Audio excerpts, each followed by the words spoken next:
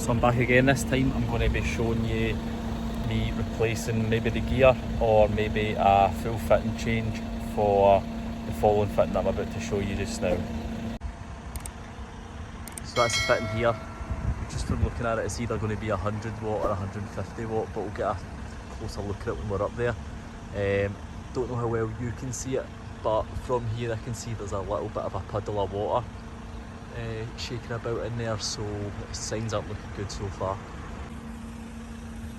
As always, I've isolated it by pulling the fuse out, and I'll take that fuse with me in the bucket, and I'll secure that door so that nobody can get access to that.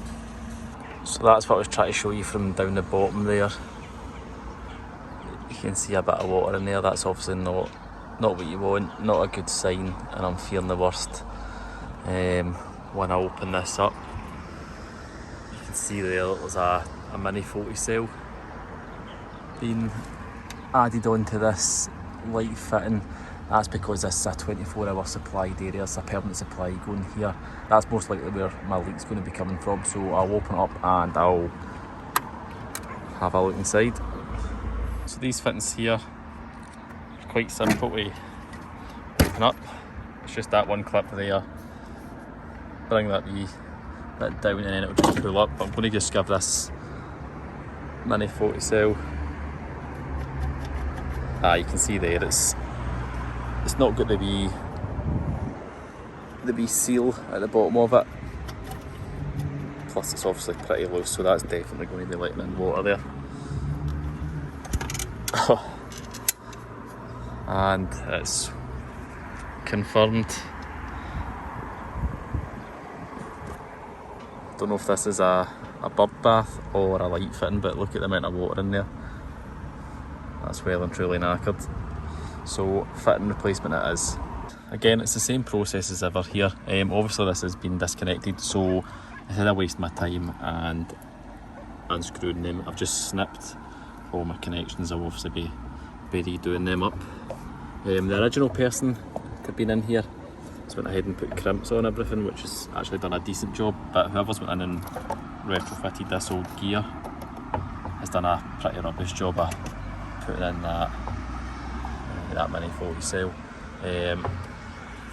I'll nip down and out.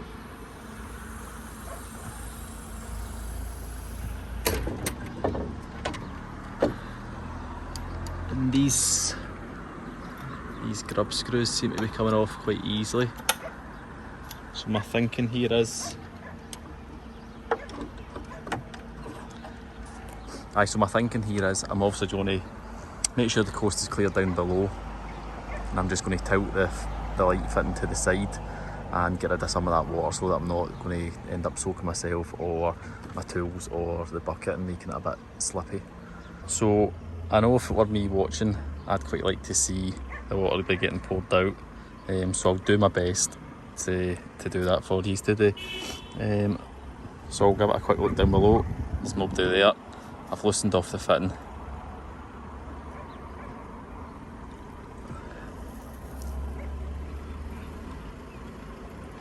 And I've just tried to sort of shake out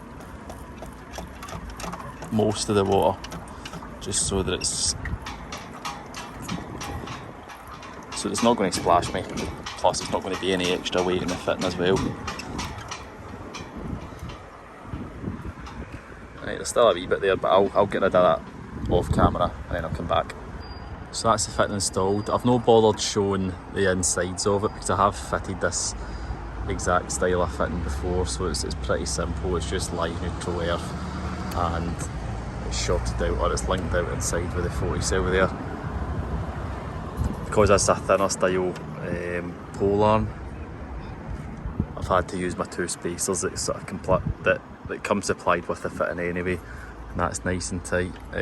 I'll go back down to the bottom now and I'll check the fuse. No doubt that's probably popped.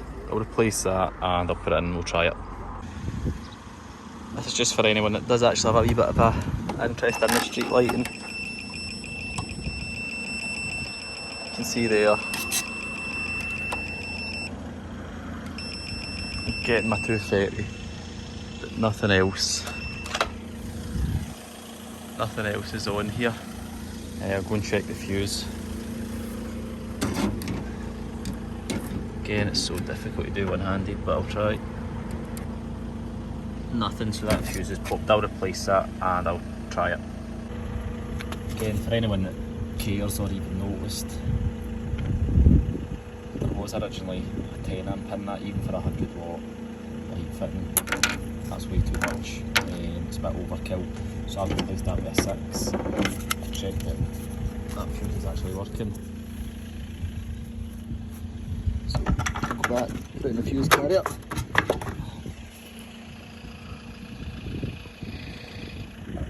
There you go. That's that working. That should click off any minute with the photocell. There you go, that's that clicked off. So that photocell's obviously working correctly as well. So I'll just button all this up. I'll screw that fuse carrier back in.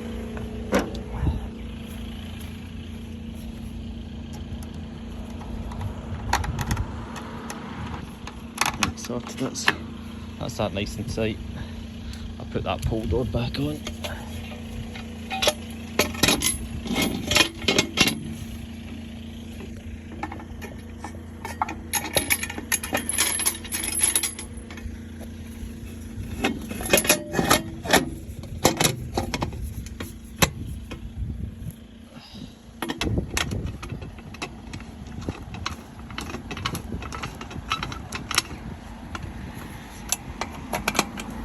That nice and tight. I'll do a wee tidy up here, and that's me done this one for the day. Again, if there's anything more interesting, I'll jump back in, I'll show you.